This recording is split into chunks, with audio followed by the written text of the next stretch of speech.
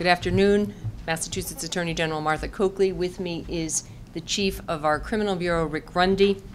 Back in August of 2007, this office received information from the Commonwealth Division of Banks regarding a Cambridge Savings Bank employee and certain irregular activity relating to that employee's processing of loan applications. An extensive investigation was begun by this office with the cooperation, I would add, of the institutions involved, as well as members of the Criminal Bureau, of our state police. And today's indictments and arrests are a result of that investigation.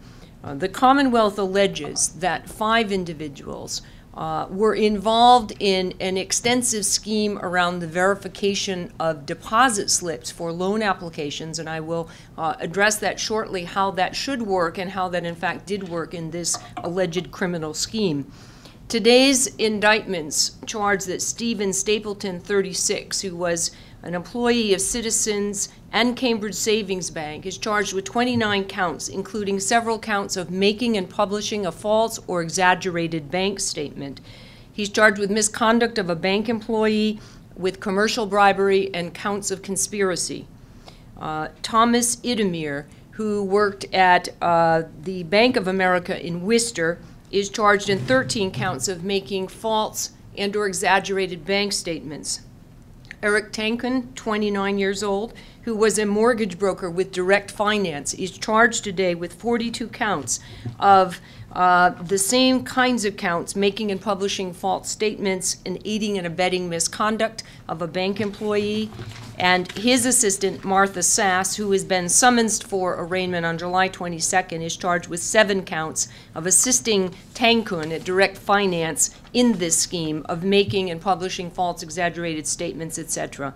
Kenneth Garabedian, age 51, is charged with 15 counts, similar counts, including the making and publishing false, exaggerated statements, and counts of commercial bribery and conspiracy and aiding and abetting the misconduct of an employee.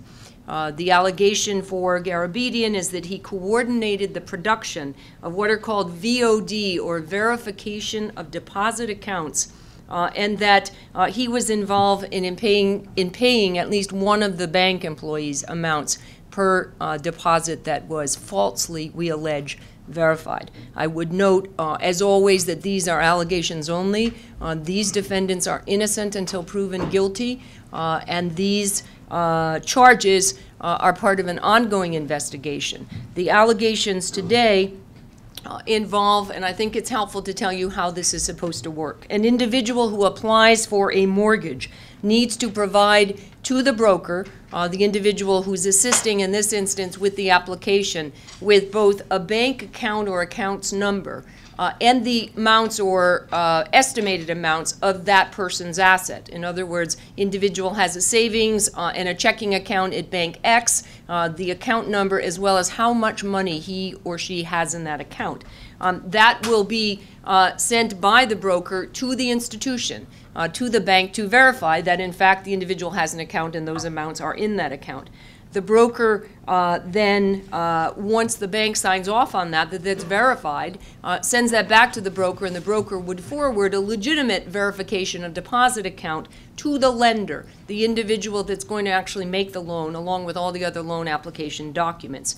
In some instances, that lender, the bank who's making the loan, will follow up with the institution. Not always, but will do random checks to say, does this individual have an account? Is that money actually in the assets of among the assets of that borrower?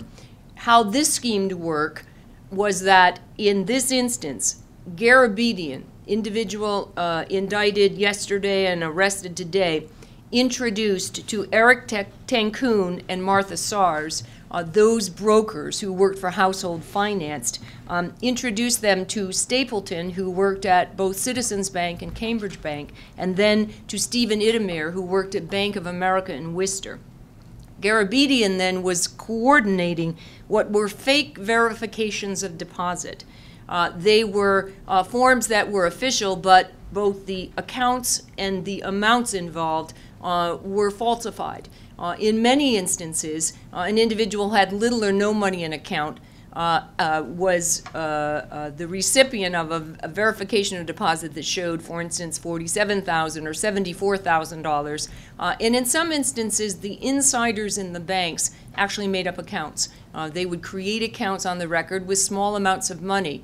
But then what the insiders would do, we allege in these indictments, was indicate that the amount was much larger than it was, or that the person actually had an account at a bank when that was not the case. When those bank insiders, in this instance, Tancun and Sass and Stephen Itemere, we allege, sent them back, they would sign them and they would send their own phone numbers, so that if there was follow-up verification by the lender, they would take the phone call. They would orally, we allege again, would say, yes, that individual has that bank account and has that amount. In most of these instances, based upon our investigation, and as the basis of these allegations today, we claim that those were falsified, the reason being that now individuals who otherwise would not be qualified for loans would appear to be appropriate recipients of loans from the lenders. Part of the scheme, we allege, was that Garabedian would receive a fee, that the insiders would receive fees for providing the fake or the false verifications of deposits, and that the individuals involved in brokering, that is the household finance individuals, would now get fees that they would get from mortgages that they process that otherwise would never have been accepted by lenders, at least we allege. And so in this instance, we allege the actual falsification on the forms that essentially corrupted the process that would guarantee that only people who are appropriately qualified for mortgage should get them, and they all had financial incentives to do so in a way that works.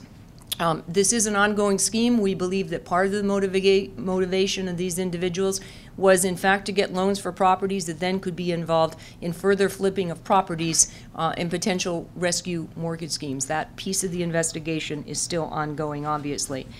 This Attorney General's office has been involved in many aspects of investigations and we hope remediation of what has become a disaster, not just for citizens involved, for homeowners, for communities, and for this country. We have been involved in advising new regulations, in civil enforcement actions. We are involved in abandoned property initiatives, and hopefully with the Division of Banks, with Commissioner Steve Antonakis, in restructuring some of these loans.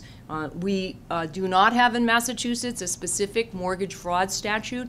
These allegations under these statutes are based upon the current statutes, but we intend to vigorously investigate and pursue all the civil and criminal remedies that are appropriate for those that we believe have been made victims by what is an ongoing and I think devastating use of this system, not appropriately regulated and not appropriately enforced for individuals to profit both in civil and criminal matters.